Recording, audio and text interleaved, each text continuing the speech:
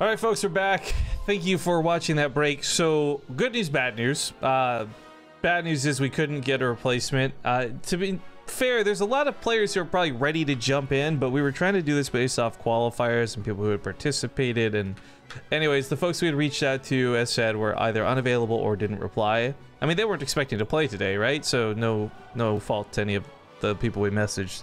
So we're just going to end up proceeding with the walkover, meaning Namshar gets the free win to the winners match, and we will next cast the winners match of Harstem versus Namshar. That's coming up here in just a second. John Record, thank you for that Twitch Prime sub. Regeltis for 45 months. Thank you for coming back once again, dude. He says, thanks for all the hard work you put in. Always putting on a good show. Well, if you want to call it that, I'm not going to say no. You're like shouting out subs before they show up in chat for me. That's like magic. Maybe there's some weird delay. I don't know. But JD Toss, thank you for the 38 months. Shandith NL resub for 42. And Doctor and Donuts, thank you for the 2-month sub. And then, of course, just for the second time, I want an excuse to play the music. Thank you, J. Craig. If you're still tuning in for the 30, dude. But as we advance forward, a couple things to note. First off, the amateur tournament's already underway, and we have got a massive amount of signups for it. That bracket is huge. So good luck to everybody competing in it. However, there was a bit of salt I saw in chat about, I don't remember who said it, but someone was upset that there's no NA event to play in, right? All I get is this noob command for like the amateur series. So there is no actual North American online component for the BTSL Season 1. The Base Trade Star League is having its finals in North America, so I thought, well, if North America is going to have its open bracket available for anybody to come compete in, they don't need the online play, because the online play is mostly to fly people out to come to the offline play. So there's an open bracket, if you guys are unaware, on May 18th and May 19th. It's going to be a $5,000 or more, depending how we pump up that matcherino, and we'll talk about that here in just a second, because players are doing videos and we have to kill some time anyways.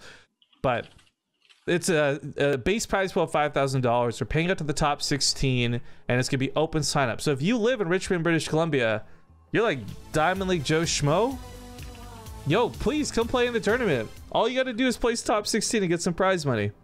But yeah, as far as the matcherino goes, we got a couple of goals we're trying to chew through before we get to the meaty upgrade of tournament pricing. We're currently at $16,833 to fuel this tournament. That's sick. Now you might think, wait a minute, Rifkin, I'm doing the math. $5,000, 1,000. This doesn't add up to 16K. That's everything, guys. This is our production. This is me paying Wardy to cast with me and Zombie or Maynard, etc. Like, this is everything. That's why we're calling it like the war chest, right? Because this is our grand funding to make this tournament happen.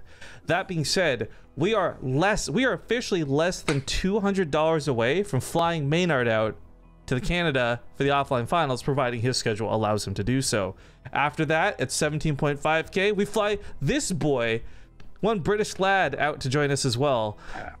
I was gonna rate the Canadian flag, but I don't have one, so as you might have been able to guess. I'll just quickly edit one in.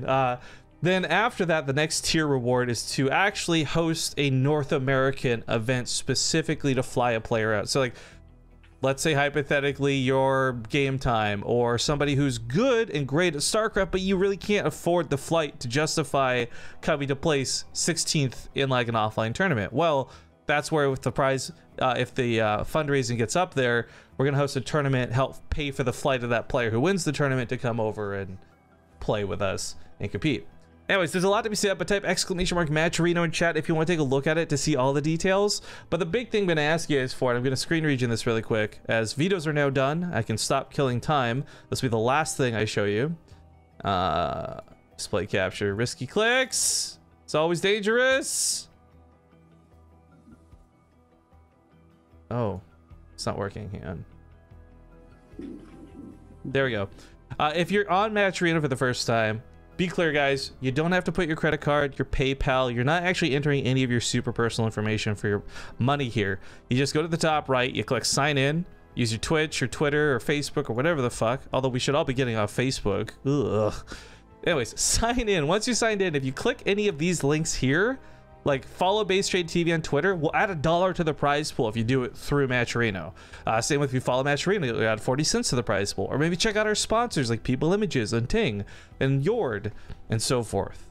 So these are kind of cool campaigns that are going on. There's enough money through those free clicks to actually get Maynard and Wardy both if we used up every single click available to every user. So I know there's 3,000 of you tuning in right now and 2,990 of you are view bots, but for the 10 people that are actually here, if you consider clicking those links, it would go a long way to pumping up that prize pool.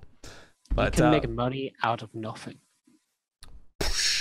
It's like a money tree, when you don't even have to have a tree. All right. Well, we're in the lobby for Blackpink. If the players are ready, yep. I'll see if the players are ready. Let's jump into it. This is the winners match, best of 3, to determine who moves on to the next stage of the tournament. It's a pretty big deal. We'll see you guys in game.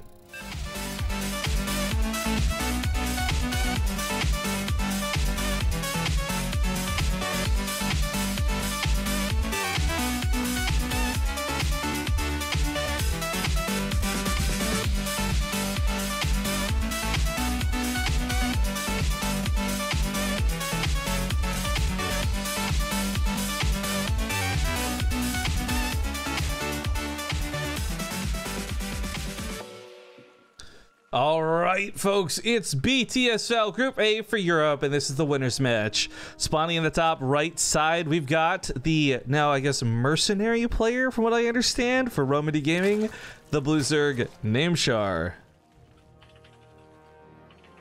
And of course, to the bottom left-hand side, the red Protoss is Asterion's Harstem. I still can't get over the team name. No disrespect if any of the managers from Asterion are tuning in.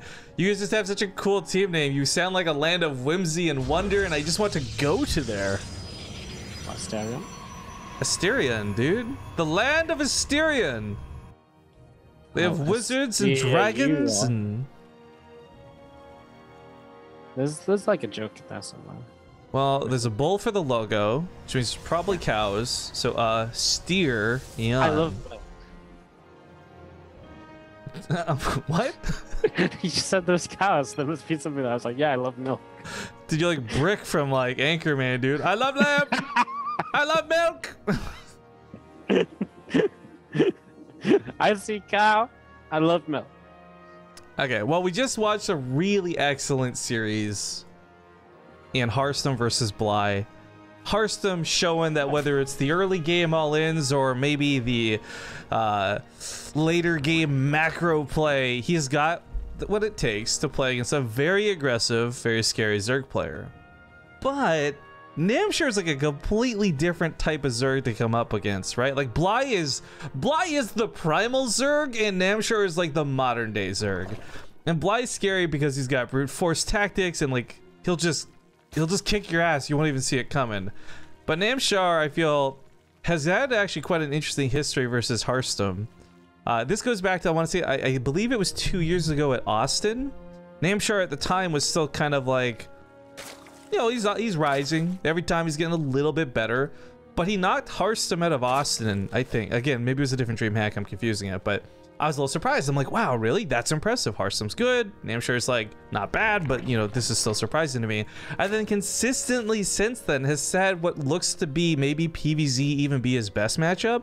I don't know the statistics. Maybe that's a wrong fact. But from what I've seen, he's really good at the matchup. So Harstem's going to have a really different and much more difficult opponent, I feel, this time around. Wow. That was a good recall on Austin, man. Do you know what the score was between Namshar and Harstem? No, because I barely remember if it was Austin. Oh, go on, tell you guys. If I had to guess, probably 2-1. Like, Harstem is not 3-2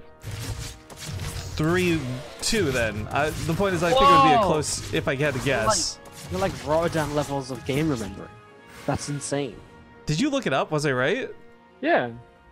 Nice. Down to the score line once you knew it was a best of 5.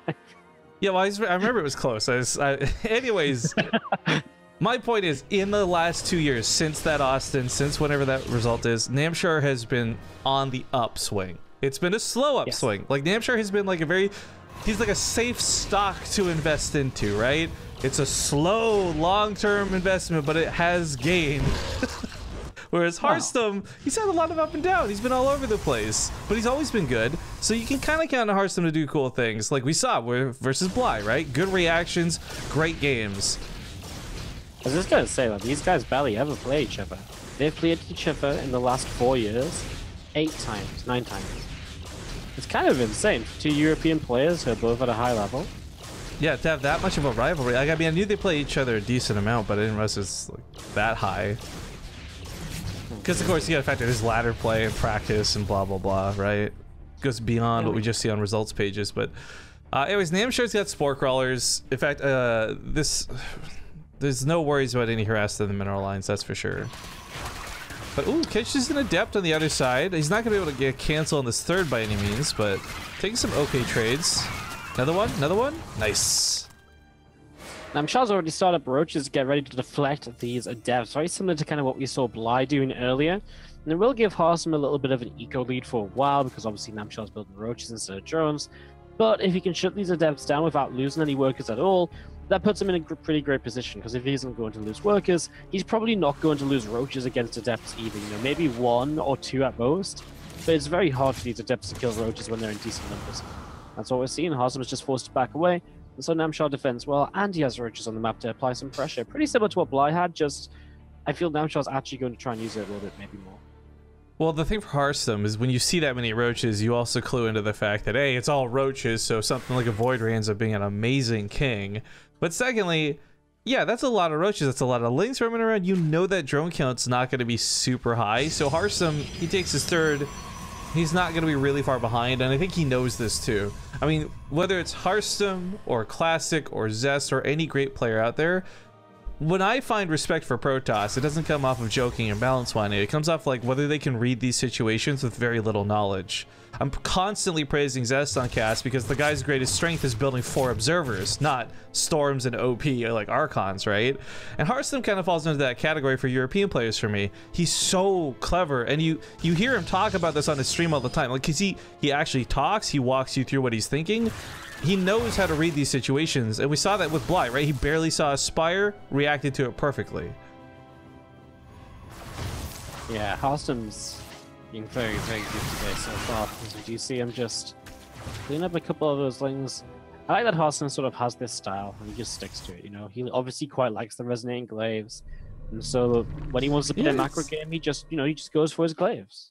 I actually find that glaive upgrade so interesting though, because I remember noting mentally, hey, they've got the visual upgrade. Now they're orange instead of blue shots. And then we would just never see them because everybody continued to go charge and only charge and nothing else. And well, you know why it is, right? Harstem loves the color orange because he's from the Netherlands, so he starts using glaives all the time. I don't know why that caught me so off guard. That was good though. Because you don't expect me to actually be funny. I know, it's crazy. Feels bad, man. Feels low self-esteem, man. I'm sorry, Wardy. I love you, baby. But this is a very orange army. A lot of gold, a lot of orange, whatever you want to call it. He heads on up to this base, and that Void Ray, there's only a couple queens to really push this off, and they don't have transfuses. There's a lot of roaches though. The force fields have to be good, and the first force fields are good, but now the biles will of course break through this, and Harstem I think makes a very good decision just to recall out of it. Yeah, I like this. That's a fight he still could have probably scrapped out for, but the trade wouldn't have been worth it, and he knows it too. So as he falls back, it gives him time to get a little bit extra defense, maybe fight within the range of a shield battery, but this 4th base is really brave. And as we know, brave can sometimes be another word for stupid. We'll see what that ends up being. But Namshar's not pushing into it, so it looks like he'll get away with it. Well, that's what I was going to say. If Namshar doesn't attack, or if somehow Harstem does defend, it's going to be great for him, because now he has his 4th base up. And once the base is up, you get a couple of shield batteries there. It's a completely different story in terms of being able to defend. It becomes so much easier. And as you see Storm coming through for Harstem as well at the moment, +1 attack. I mean, he's getting into that mid-game position, which he looks so comfortable in against Bly. Yeah. JMO387 says, is the offline first place final really only $2,000? Only $2,000, right? It's not like we're paying some of these players to fly out and then compete, and then they get prize money on top of that, plus what they can win at the offline finals. It's only $2,000. But I bring that up sarcastically, not to mock the statement, but also to note that that's the base prize pool. As we continue to fundraise for the tournament, we're not putting extra funds in the pockets of the casters or me, the organizer. We're putting extra funds into the prize pool. So that number may be much higher by the time the event actually takes place. But more on that later. The Roach is coming for the attack. Harstem's not really prepared for this, but as he arrives, he can certainly defend it. That's 4 Immortals and only Roaches. Oh, but losing some Templar, a little too close to the front line. Yeah, that's a little bit of a shame there, as we do see those Roaches should get pushed back, though. I mean, it's only Roaches and there's Immortals here. I mean, there's actually kind of surprising that the rest of Namshar's army is still at home, so really just a hit squad and Harstem in position to deal with it in the end. Looking at about to finish with Namshar, though, and so this game's going to start taking a little bit of a different pace. Well, I want to give a big thank you to N38 Power. I'm sorry I missed the jingle jangle there, but 500 bits came our way saying, hi, from work. What do you do for work, dude? This guy, if you missed it yesterday, came in and we had some serious bit battles going on in chat with him. Today, he just sham rocks us with a Kappa. Thank you very much, dude. Zured D, I can't say that name. Thank you for the 15 months of me not saying that name. Prime sub coming back. And Aiken 2706 rocking a brand new Prime sub. Welcome to the channel. Welcome to the Base Trade Brigade. Welcome, welcome, welcome. Thanks for the bits and the subs, everyone. As you can see, Namshar, though, is getting back into the action with the Roaches, but Adepts are about to hit his mineral lines, and this could be goodbye to a few of those drones. This is a pretty good shred of a quick mineral line. 9 workers dead for only Adepts. Even the Hydra goes down for it too. Not too shabby. But Namshar is on a really high worker count. I'm surprised to see 17 more drones coming out, but if you got it, flaunt it, I guess. This is Snoot levels of high worker income. Yeah, Namshar is just playing that kind of en masse sort of economy style so that you can trade and then rebuild and trade again. But if he does this, I really feel like he should be across the map. Ooh. Oh my god, 15 lurkers? Well, so here's the thing. He was setting up for these big drops, too. It's huge that Harstem just caught those Overlords where they were. Whether that was going to be a fake out or dedicated, either way, he moves in. The lurkers are now done. He's got to be careful. He sees that. Revelation shows what's going on, but you still can't storm this down. There's too many lurkers. Wow, I mean, the Revelation's good at least, and Harstem's going to decide to go for it. He's got so many cells in the main, and oh my god, the drone lines are just massacred. Yeah, the fifth He's everywhere. Yeah, Harstem is just absolutely rolling through this. Apart from the only stopping force right now is actually those lurkers. What's funny though is, like, thank God Namshar made so many workers, like a ridiculous amount. He loses like 22, still has 81 remaining. Not bad, and he's droning up behind it. Harstem's made the big swap though. We expected this at some point. Protoss players get into that late game. It's gross, it's disgusting, folks. It's no fun to fight against. We know, but it is what Protoss should aspire to do. Carriers and storms and a mothership are all just so difficult for any good Zerg player to break. Mortals, Archons, and High Templar to the left-hand side now, because obviously Harstem saw weakness on this base. It probably isn't going to last too long as he starts to push on in here. Roaches, Ravagers, and Hydras coming through the center of the map. Meanwhile, from Namshar, and again, there goes that hatchery, and now a couple of drones going down as well.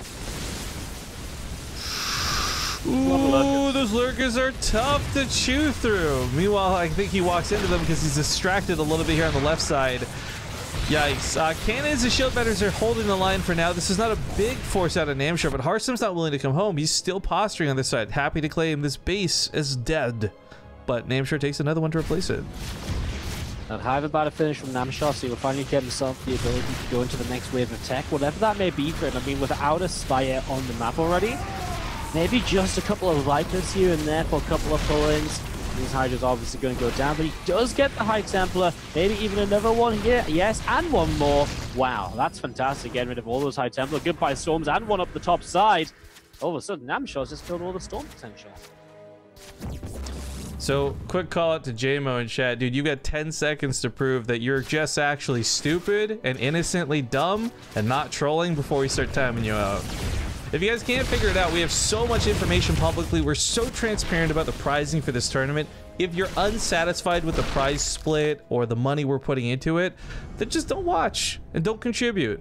But we have made it pretty clear where every single dollar for this tournament goes. Nobody's getting a vacation from this. Nobody's pocketing any cash. This is all going towards just creating a really fun StarCraft party here on the West Coast, is what it comes down to. Uh-oh. Carriers are here, Rifkin, and those lurkers are not.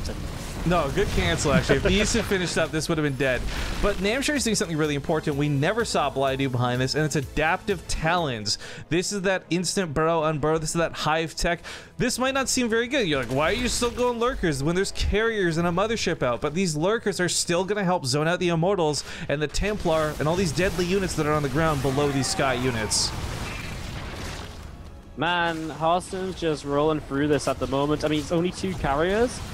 But I mean, it's just that little bit of extra support, plus the fact he's got all these immortals, the storms available, and Namshar just cannot put up a fight against this right now. As he takes this fight, the Zealot's picking away his bases, top and bottom of the map. Another big storm on the Hydras, and it looks as though this is just starting to be more towards the end. I feel as though it's been like the beginning of the end already, but Harstem really is just kind of steamrolling now. That's a nice shutdown on the Warp Prism at least, but Harstem has a 3k, 2k bang.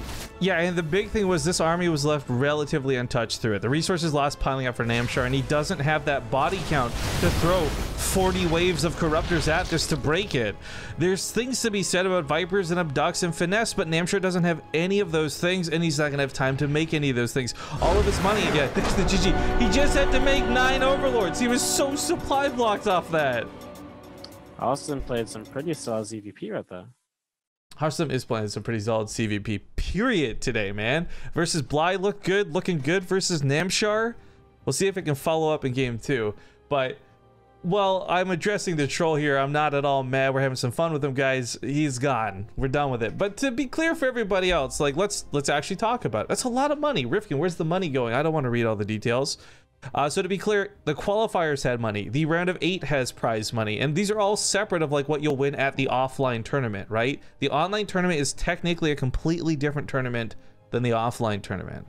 But all of this bulk of the prize money like that we've raised, again, things like production, venue costs, paying the casters, $1,000 for 4 people, that's $4,000 right there. That's like a third of the prize pool. Like, all this goes towards flying out players that would otherwise not come over for the offline finals, right? It guarantees us 2 Koreans and 2 European players. So the fan, I look at this, and I've always had this motto on BaseTradeTV, fans first. And this guarantees the fans get to meet some players they otherwise wouldn't. Because God knows before I got into casting all this, and I was just like a StarCraft fan, I couldn't afford to fly to Korea. I wasn't ever going to get to shake Innovation's hand in person, right? Like, but if we could potentially bring one of them here, I think that does a huge service to any of the local StarCraft fans. So my fingers are crossed it ends up being a really good event. We've had a pretty good track record so far. Even Atlanta, which ended up being a shit show, still ended up being a pretty good tournament. So I think this will be pretty good times. But players are ready. Let's hop into it. It's Acid Plant for game 2. See you guys in game.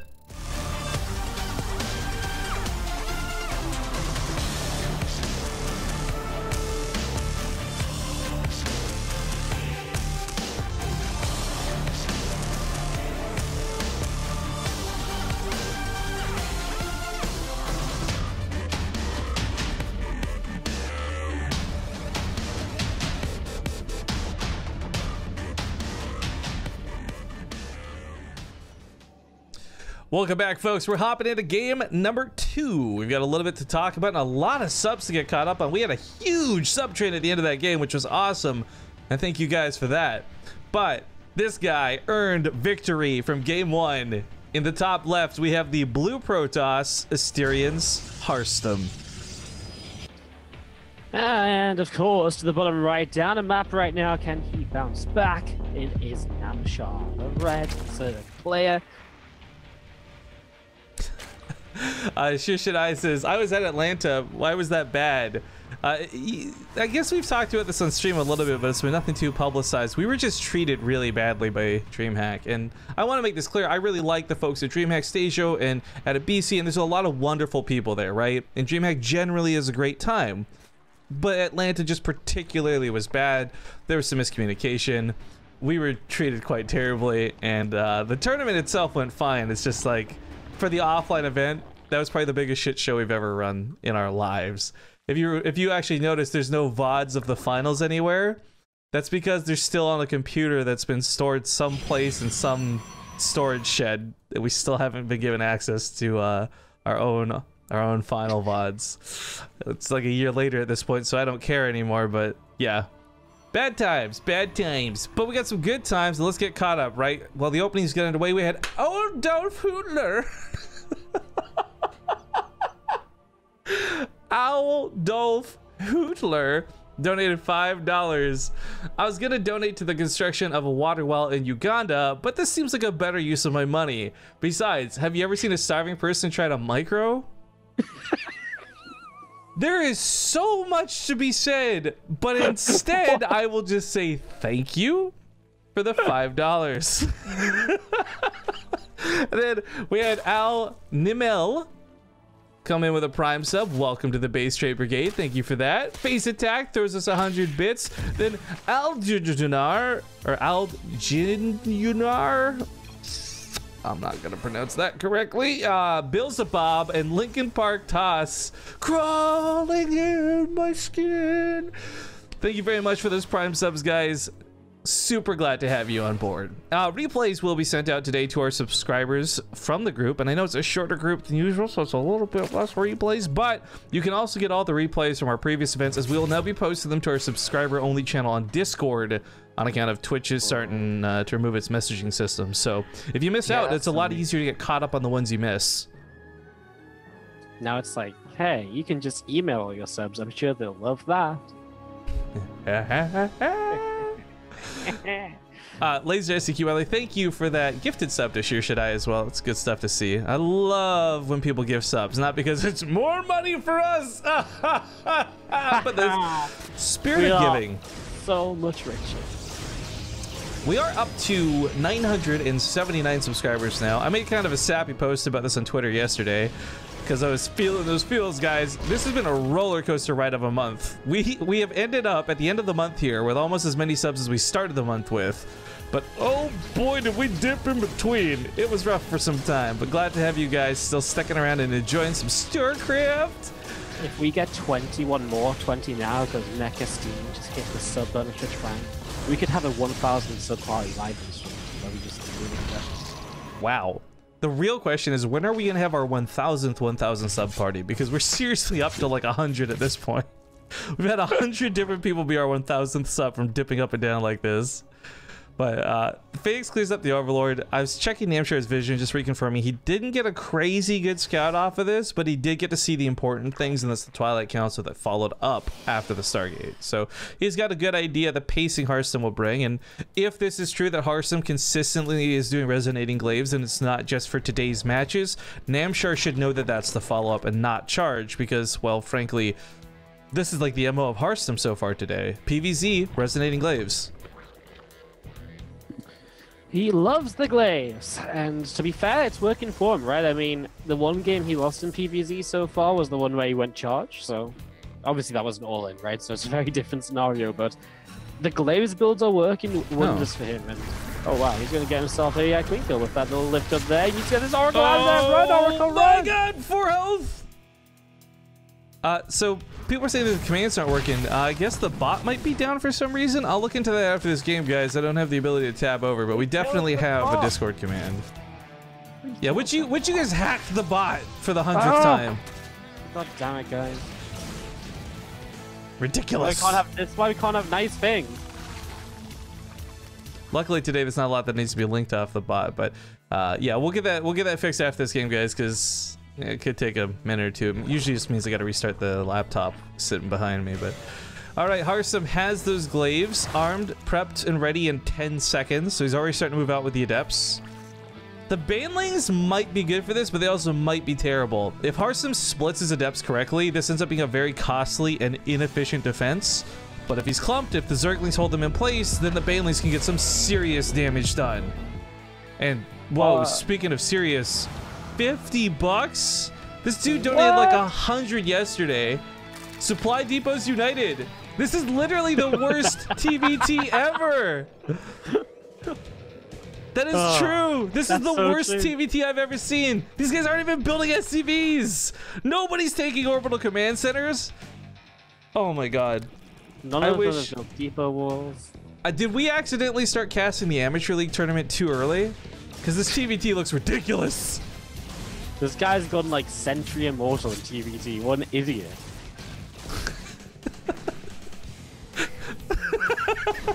Yeah, Harstem, you idiot.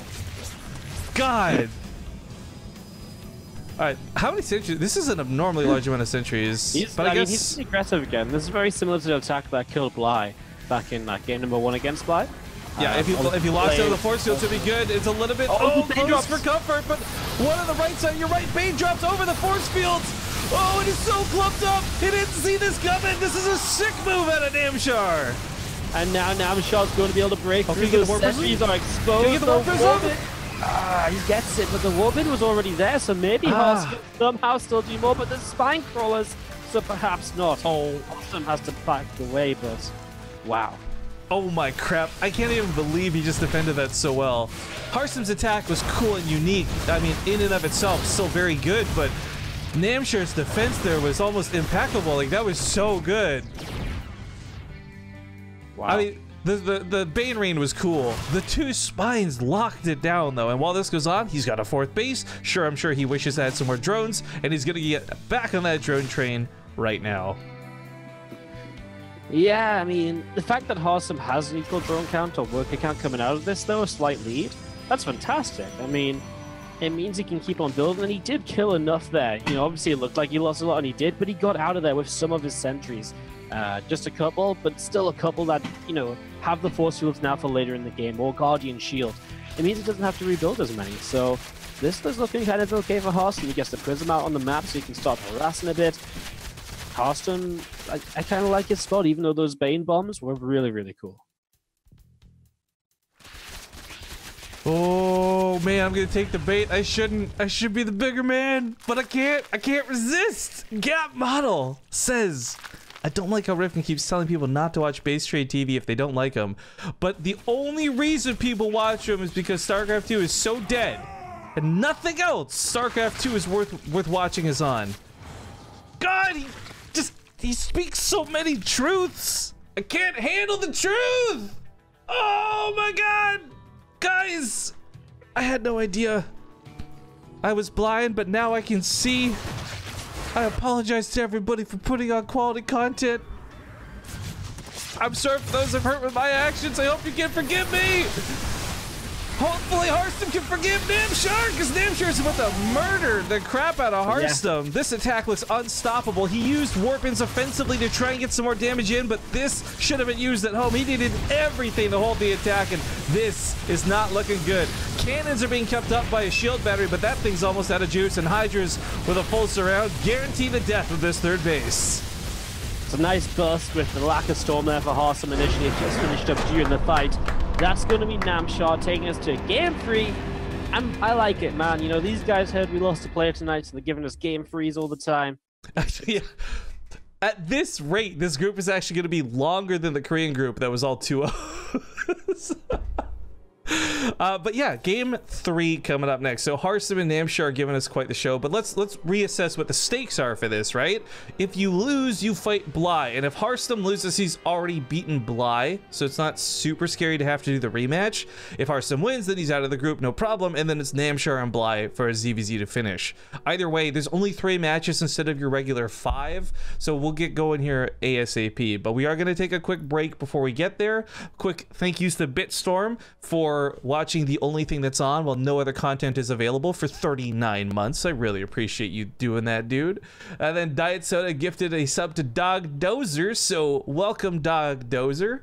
I ate my shorts. You know what's funny? Me too, dude. That's why I don't have any pants on. And then Oklamas also both came in with a Prime sub. Thank you guys so much. But we'll be back in a couple minutes. This times out well because Namshar needs a break anyways, so we'll get into game number 3 as soon as we're back. Thank you guys for watching. We'll see you soon. Alright guys, we're in the lobby. I need a moment here, Wardy, though, because I do want to actually address this. I want to first and foremost give a big thank you to Blizzard for taking the time to actually tweet about what's going on today, right? The StarCraft Twitter tweeted about the BTSL Amateur Series, and oh boy, again, it looks so cool. I love this logo they made for it too. Or like they touched up our logo because ours looks so bad that they're like, we can't possibly put this garbage on our Twitter, so they made a better looking one. Big thank you to them for doing this. But I want to actually bring this up because there is some controversy being tied in with this, right? Which is a little sad because after doing this for 5 years, this is like one of the first real tweets they've made about any event we've been doing. And that's fine. because I made the mistake of having a bit of an ego and thinking they would just eventually pick this stuff up. It took a lot of emails and writings and back and forth to get to the point where they could promote something like this, which is cool. So I know there's a lot of people upset that other tournaments aren't being promoted. So I want to take the time to do that really quick, right? Because while it's not on Blizzard to do it, and they don't owe anybody anything, as I've learned over time, Proxy Tempest does bronze to diamond league tournaments every week, evidently. So if you guys fall into that category, you should look up Proxy Tempest. SCV Rush apparently still, I didn't even know SCV Rush was still around, to be honest, but apparently they still run amateur tournaments as well. And of course, there's others to shout out too. But the point is, this isn't something where like, we're getting the favorites. We're not being played favorites here. This took a lot of work to make that one single tweet happen. So I hope nobody actually gets upset about it, because it's not something, there's no favorites being played. And I just want to make that really clear. And I'm really appreciative of the folks at Blizzard who helped make things like this possible. But guys, we got to get into it. It's game number 3. Things are tied up 1-1 on Catalyst. When the players are ready to go, they're doing some bants right now, but when they're ready to go, we'll hop into it. But yeah, the amateur tournament. So no, go ahead. What you're going to say is actually important, probably. Well, not anymore because we're hopping the intro. I'll bring this up in a second. We'll see you guys in game for map 3.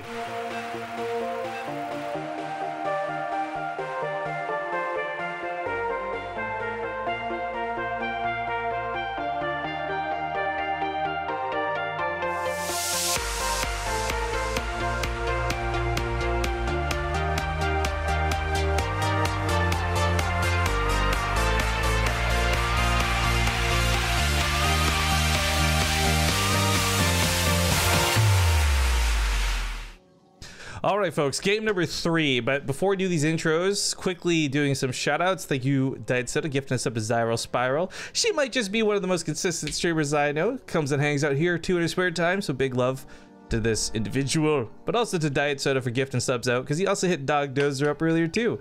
Bitstorm _ came back for 39 months. And last but not least, what I was going to say before we hopped into it, the amateur tournament is already well underway. We had a lot of signups for it. And by the time this is done, it looks like we will be able to cast one of the semifinals and one of the grand finals of the Masters and Below tournament that is taking place right now, right now while we're casting. Only one of the grand finals? That's disgraceful. Anyways, game 3, things are tied up 1 apiece. To the bottom right, we've got the red Protoss, Harstem. Woo! And to the top left, our blue Zerg is Namshar. So I was just trying to, you know, give that crowd effect, getting ready for Canada. I'm at this point where I want to use like some stock sounds of like laugh tracks or crowd cheers, but I want to use it sarcastically, but my fear is that it would come off looking genuine. You know what you should use? You should use stock images. Oh, and where would I find really high quality stock images, Wardy? Maybe a website called peopleimages.com. Wow, peopleimages.com, you say? Cheaper than their competitors, you say? With a higher quality, you say? I would definitely, if I'm making any kind of projects, check out peopleimages.com. Oh, they also happen to be a sponsor of the tournament. What do you know? Amazing. That's so convenient. Also, real quick, there's no reason not to do it. We're just gonna follow the pro ball, reset the bot. I'm sorry, I totally forgot to do that, guys.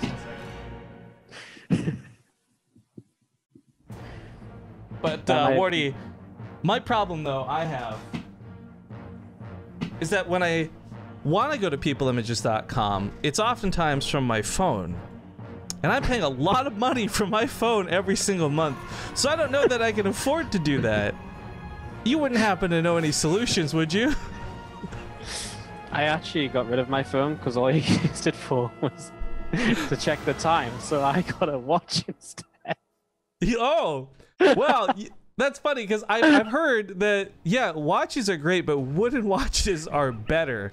But nothing beats wearing a wood watch, checking out websites like peopleimages.com from my Ting sponsored covered mobile device while drinking a cup of Dodgers coffee in the morning, reading my newspaper on the phone.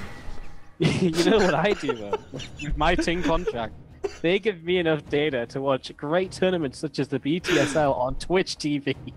Nice. All right, I can't do the sellout anymore, man. It hurts. I'm actually sweating. Like, this is disgusting. This is the most awkward thing I've ever done, ever started. Well, I'm glad we could sneak in that shout out, but we haven't the mentioned top right. sponsors. We haven't. We should. We actually really should, but we'll talk about them in a second, guys. This is a pretty big deal. Harstem's Twilight Council tries to go on proxy. He tries to sneak it in, and unfortunately gets caught. So quick cancel. What's nice is it was canceled so quickly and caught so early. He doesn't get set super behind by this, right? This isn't like, oh no, I wasted time and effort and money. He could restart it at home if he wanted. He could swap over to a different tech path if he wanted, because it got shut down so early. It's not great that things aren't going according to plan, but this could have been so much worse for him. Yeah, obviously always getting that shut down is never great, but there's follow-ups here for Harstem. He's got his Oracle on the way now. Namshar with a nice fast lair, by the way. Intriguing.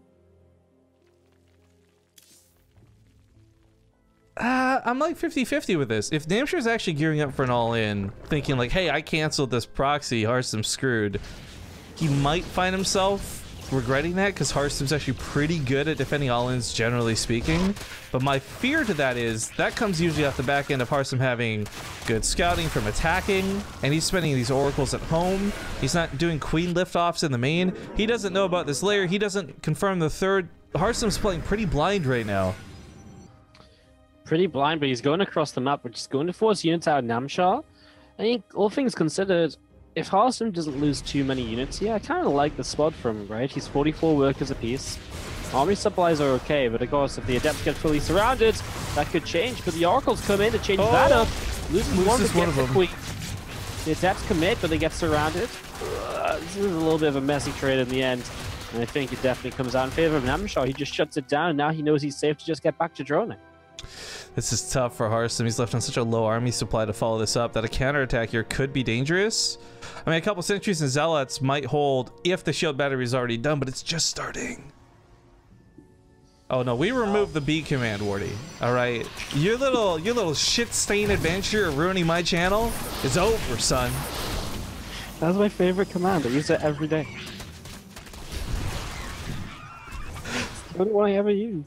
You know what else I use every day? My Twitch Prime subscription. Whether it's supporting other content creators or those of us here on BaseTrade. No, I can't even. Like, this is just the sellout game at this point. I can't. I'm out. I don't even know what else to sell out anymore. We could just start like advertising responses we don't have in hopes of getting them. Like, Harstem didn't see that attack coming, but maybe with a pair of gunner optics, he would have seen that attack much more clearly. But Namshar, just like the energy drink, is a bit of a monster, and he comes back for another attack. I don't know at this point. I'm trying to think of other puns. It's, yeah. I've got nothing. All right, well, actually assessing where we're at, though, like Harstem, all things considered, his proxy shut down, he gets attacked, his attack itself isn't that effective. This isn't really going so well for him, but he's hardly out of the game by it, right? 65 probes, 3 bases, he's got upgrades on the way. This is hardly the fast-hitting, immortal, and big attacks we've seen out of him in the previous games, but he's got everything he needs to advance forward in the game. And his army supplies keeping toe-to-toe to Namshar, his worker supplies doing the same. I think once we finally start having some Warp Prism play, we'll start seeing Namshar maybe have to sweat a little bit, but dude's got creep spread for days. He's going to see any attack coming from so far away. Yeah, he's got a setup, honestly, to be able to defend most attacks as well as Hydra Speed's kicking in. You know, he's got his Carapace upgrade coming through, the missile upgrade is already done. Harstem's composition is looking very similar to what we've seen from him before as well. Getting up that storm, the immortal counts grow, and obviously the second Robo starts up now. And we're going into, once again, one of these games from Harstem, which he's looked so good in. He doesn't have glaives this time, but that's okay, because at this stage you don't really need that glaives. He's got the charge there for the Zealots, which are going to be his gateway-focused units. I love that we've got chat doing the selling out now. They point out Harstem has a Red Bull on his Nexus. That is true. I don't know if this Red Bull gives him energy or wings, but if you want some energy, guys, you can always check out Sneak Energy. And Sneak is an anagram for snake, and snakes are really cool. You know what else is cool? Ice cubes. Snowballs. That's going to be my answer. Popsicles. Ice cubes was my answer. Ice cubes is what I was looking for. 10 out of 10. What about Ice-T? He's like my favorite rapper. You know, I feel like I was doing so well today of having responses to you at all points, but I feel as though in the last 5 minutes I've just lost all capabilities. It's okay. It's getting better. Each cast is a little more witty. Cast by cast. You know, this week I lasted 2 hours. You know, it's something. All right, Harstem, to note as far as this goes composition-wise, we've seen him take on the Lurkers. We've seen him tackle this versus Bly when it was just layer tech. We've seen it just now. Harstem had to fight off against Namshar, Hive Tech with Adaptive Talons. There's no question that Harstem knows what to do. It's just whether he gets executed or not. We already have that fleet bacon coming down. I love smells so good. It smells so good. And you can pick up some bacon for cheap too by going over to your Costco membership at bttv.costco.com. I'm trying too hard at this point, I really am, but we do have 5 drops. This got deflected. Harstem never actually had to deal with the drops because he caught the Overlord so early before, but this Phoenix was scouted coming so late. There's Zealots here and a couple cannons. Okay, looks like he knows what's coming. Is this enough to stop it though? This is drops from Zerg are still terrifying. Man, those Zealots, oh, they actually got choked up by the pylon a little bit, but some Immortals coming through as well. One of them has to start pulling back, but Namshar is actually going to break through this position. He's at least going to get some good damage. Look, there's Immortals going down. Oh god. This is actually bad. Harstem's not even coming with the rest of his army. He was waiting for the second attack, for the other leg to drop, and he knows it's coming, or the other boot to drop, whatever. But the point is, he knows this attack is coming, so if he goes to the main with everything, he could lose out a left side fight. And if he loses this base, well, okay, this one can get canceled, but he needs his third. I mean, honestly, he kind of needs to be heading towards a 4th as well, though, right? Because his main base is mining out as we speak, and without a 4th, it's going to be difficult. Right now, Namshar is sat up, poised to attack, poised to strike if Harstem sets 1 foot too far forwards. Yo, shout out to Twibs. That was good. Twibs in the chat! Alright, there's, what, about 6 Templar here, all with full energy? It's not great to storm Lurkers, but it's something you can do if you've got enough. It helps soften them up, right? So that the Immortals' lives become a little bit easier. The issue is the Revelations are hitting Hydras, not the Lurkers, and Harstem needs that Revelation on the Lurkers because Namshar is so good at target firing down observers mid-fight. Yeah, actually, that's a point we've been seeing out of TLO and many other Zergs lately, too. The target fire has been a big issue, losing the observers. And that's why we go back to the point of the Oracles, but the Zealot run by is not a distraction. Namshar takes that as the opportunity to say, Harstem, you might be distracted. Pushes in forward, but oh, these Templar! They want the storms, but they want them too badly. Yeah, that wasn't pretty at all as these Hydras now from Namshar are just continuing to rip their way through this army, although now the army comes in for a bit of a surround and Harstem. Oh, the force fields! So the perfect moment to jump on those Lurkers. What a cleanup in the end. Wow, there was, I think, a lot of ways that fight could have gone game over bad for Harstem. But he cleans it up. And while this goes on, takes another base. Now, granted, he did have to give up this one, so it's not like he's in an amazing spot, but that was still a hell of a fight to take. And that was before the air army is out. In fact, for Namshar, that might have been one of the best fights he could have taken in this early phase. Because, yeah, once Mothership's out, it's a lot of cloaking, and even if she's not a factor, there's eventually carriers, and things just can snowball. But these drops were really effective the first time. We'll see if they're just as effective the second. This is all Hydralisks in 5 Overlords. Well, let's find out. The good thing for Harstem is at least his +3 will finish before. Yeah, that's actually huge. Yeah, because if he loses the Forge, that would be really, really bad. You know what, though? These Zealots will not be able to be seen. Unless the Mothership goes down, of course, which is a different affair. But it is buying him a little bit of time here, where the Hives are chasing down the Mothership, and while it's not fun to lose the Mothership, it's maybe better than losing a lot of the army that you could have lost instead, so... Yeah, I mean, consider the last attack. It picked up like 3 Templar, over 10 Zealots. Like, a Mothership is far more cost-effective. Yeah, but this is much better for Harstem. Lurkers on the left side of the map are still terrifying. Granted, there's a couple of cannons, so it's not freebies to walk in, but the Immortals distracted over here means the Lurkers have the best chance to get in there, do some serious damage, and then get out. I mean, they could just go near the cannon, take down that pylon very quickly. It wouldn't be a bad idea unless he really feels like Harstem's close enough to respond as these Zealots are going running all over the place. Well, there's a couple of neat things to note. These are killing high energy queens. Namshar is actually starting to get really distracted and missing some of his inject rounds. That's not hurting him so badly yet, but if this trend continues and he loses queens on top of it, we might find him with a huge bank and no means to actually fight. Phoenix is slowly picking up these drop rewards, which is nice, right? I mean, force them to be made again if Namshar wants to go for the same sort of attack. And of course, one of them still has some hydras inside, but will he find the right one? Is he stuck with that Archon? Is that behind the pylon? No, it's just... Surely not. It would be moving around if it's stuck. I think it's just not hot. Well, don't call me Shirley, Wardy. Sorry. Alright, a storm hits. It's nothing amazing. The base is probably going to have to be evacuated. This could turn into a war of attrition for Harstem, where he might have an amazing army, but if he can never establish a fourth, and I mean, Namshar's actually got creep spreading to this one at this point. If Harstem never actually locks down this fourth base, it doesn't matter whether he's got a mothership or immortals or carriers, because he'll never afford to be able to take fights against Namshar. And you can already see the difference in banks here, because Namshar's been relatively unharassed, while of course Harstem has really struggled to keep his fourth base up. We didn't get a notification for some reason, or maybe we did and I didn't hear it, but yo, In Control, thank you for that fatty host, dude. And hello, In Control viewers, you're here just in time to watch Harstem. It's game 3, it's the winner's match, and it's going the distance. It is indeed, as Harstem is holding on for his life. He needs a great fight here because he doesn't have the bank to reproduce like Namshar does. And honestly, it doesn't look as though he's probably going to get a fourth base up anytime soon either. So it's kind of a now or never moment, I feel. Can he make it work? Well, the shield batteries have done a great job at delaying the attack, but I mean, 17 probes still died as there was that weird transfer. The shield batteries are pretty much out of juice now, so I don't know how much longer he can stall this, but Namshar doesn't want to be the one to stick around. However, Adaptive Talons finishes in 9 seconds. That's that instant burrow. Harstem's got to be careful this doesn't catch him off guard. Well, going to be seeing these units coming up the left-hand side. If Harstem can just find one good fight, he is 30 army supply ahead. One good fight can maybe do it. If he does it on Namshar's side of the map and he's able to kind of shut down reinforcements as they come out, there's potential. Harstem, he sits here, but so many lurkers.